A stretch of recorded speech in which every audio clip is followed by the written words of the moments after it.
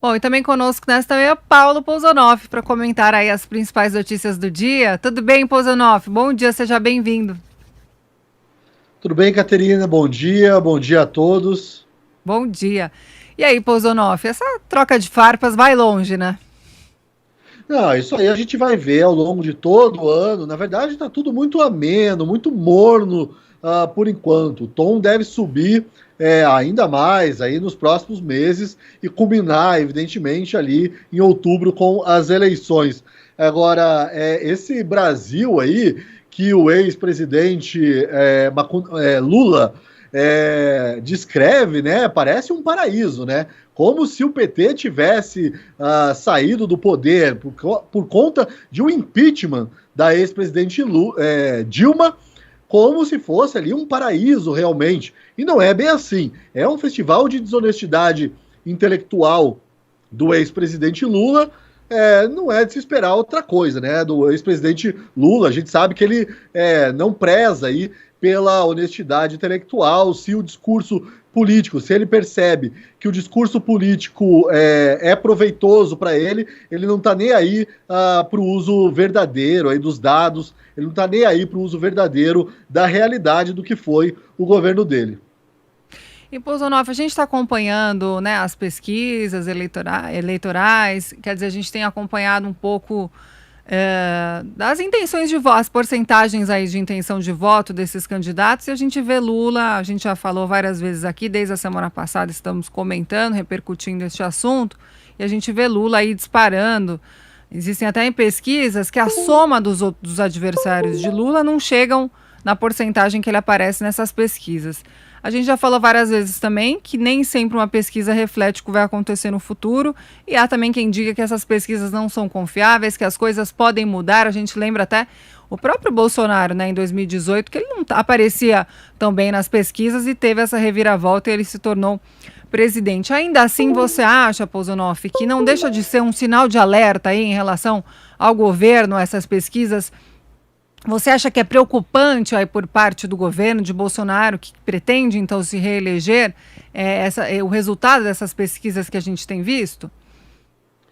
É preocupante para ele, sim, ele sabe disso, né? Aqui na Jovem Pan, vou citar novamente, ele deu a entrevista a Zoe Martins, ele começa essa entrevista falando que existe aí uma onda vermelha crescendo no Brasil. Então o presidente Jair Bolsonaro reconhece que Lula realmente é um empecilho, é uma pedra no seu sapato, aí nos seus planos para reeleição. Eu sei que essas pesquisas são sempre muito controversas, né? Desde ali de 1989, eu era criança, mas era uma criança interessada em política em 89. Eu lembro que lá naquela disputa cheia de nomes, cheia de lideranças nacionais com potencial, o que é bem diferente de hoje, em 2022, já havia essa discussão sobre a fidelidade ou não das pesquisas, do papel até das pesquisas, né? Se as pessoas, se elas se deixam ou não influenciar por essas pesquisas.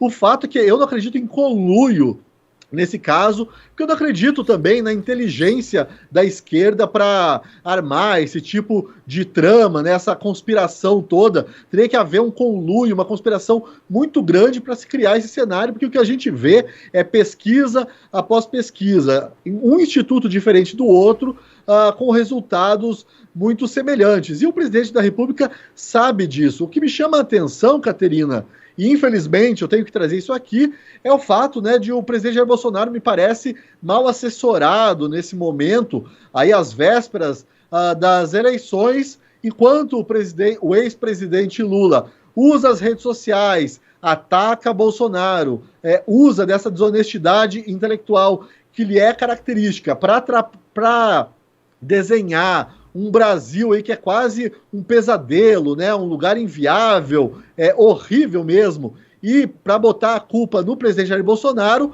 o presidente Jair Bolsonaro não coloca a culpa, não revela que a culpa pelo Brasil, pela crise econômica ali dos anos Dilma e também agora, por conta aí de toda essa ideia esquerdista, autoritária, importada da China, do vamos fechar tudo, o presidente Jair Bolsonaro ele cai nessa briga com os governadores, ele não consegue atacar o inimigo correto, que seria, no caso, para ele, o ex-presidente Lula. Sem dúvida. E Pousonoff, você citou essa entrevista, né, que Bolsonaro deu para Zoe Martins, aqui na Jovem Pan, a comentarista do Morning Show. Inclusive, nessa entrevista, ele bate sempre nessa tecla, né? Ele usa muito de exemplo Cuba, Venezuela, ele diz que são países aí que vivem uma ditadura e que servem de exemplo justamente para o Brasil, se caso, né, a esquerda novamente tomar ali o poder, que esse de fato é o caminho que o Brasil vai tomar. A gente sabe que durante as campanhas eleitorais todo o passado dos candidatos vem à tona, né? Muitas coisas são trazidas à luz novamente. A gente sabe que muitos escândalos, né, de corrupção envolvem justamente aí os governos petistas, e tudo isso certamente vai ser trazido novamente, todas essas questões em relação a todos os candidatos, não só Lula, mas tudo será trazido e debatido justamente. Você acha que durante essa campanha eleitoral, justamente todas essas questões sendo levantadas, a gente pode se surpreender com os resultados dessas eleições? Ou você acha que realmente o caminho ainda é essa polarização entre Lula e Bolsonaro?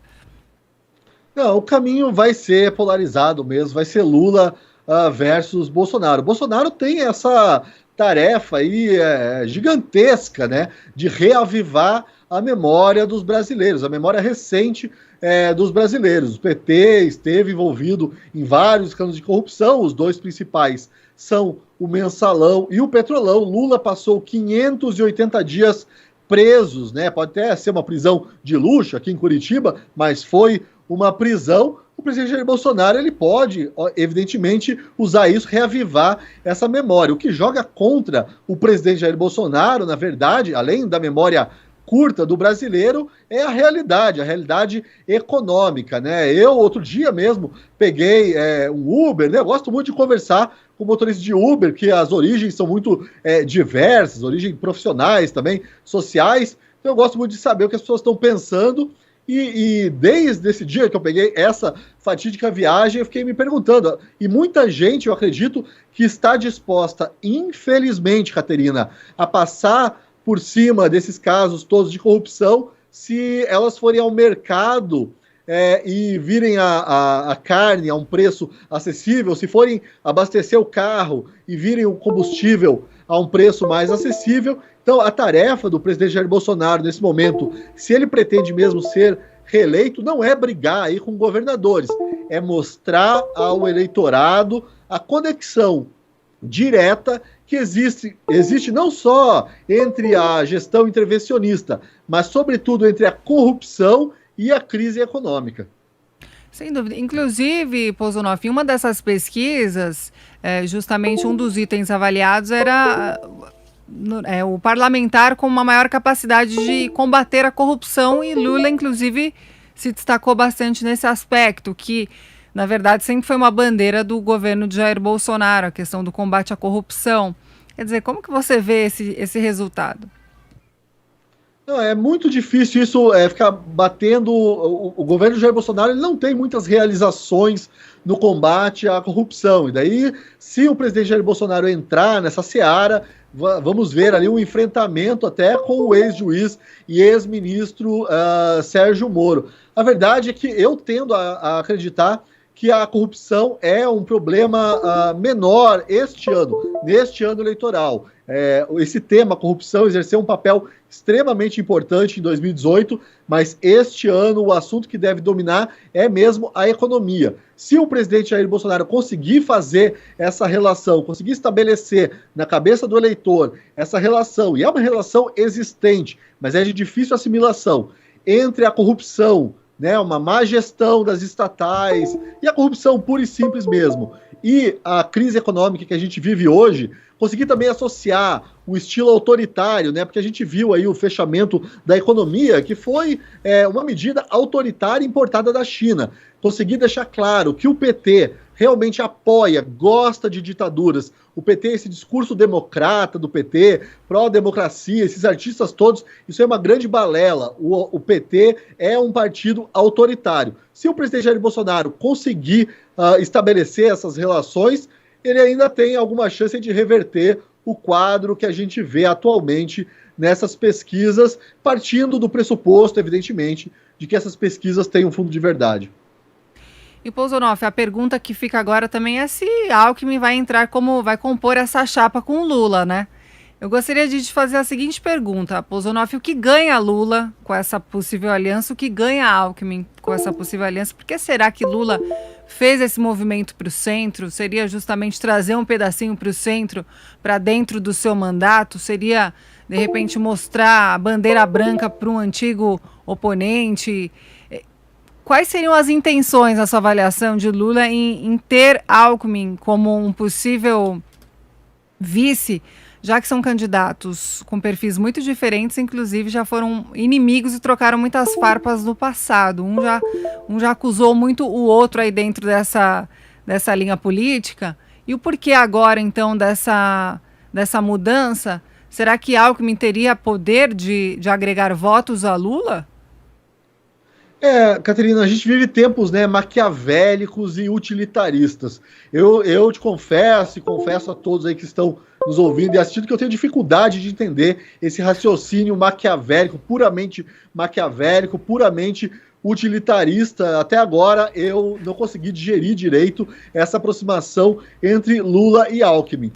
Para Lula não faz muito sentido, já que ele está à frente, né, tão à frente nas pesquisas, não faz sentido nenhum ele querer posar de um candidato moderado, como ele fez lá em 2002, quando se aproximou do industrial José de Alencar. Aquele contexto era completamente diferente. E também não faz sentido se a gente levar em conta as declarações recentes aí do PT, do próprio Lula, de Gleisi Hoffmann, que apontam para um radicalismo do PT. Eu não sei, nessa equação está muito estranha essa figura ainda, essa variável geral do Alckmin. Talvez haja algum tipo de acordo para o futuro. A gente não pode esquecer que o presidente Lula também tem uma idade avançada. Agora, para o ex-governador Geraldo Alckmin essa aliança é uma grande de uma canoa furada, né? Não dá para entender a aproximação, na verdade. O que mais me intriga é essa aproximação de Alckmin em relação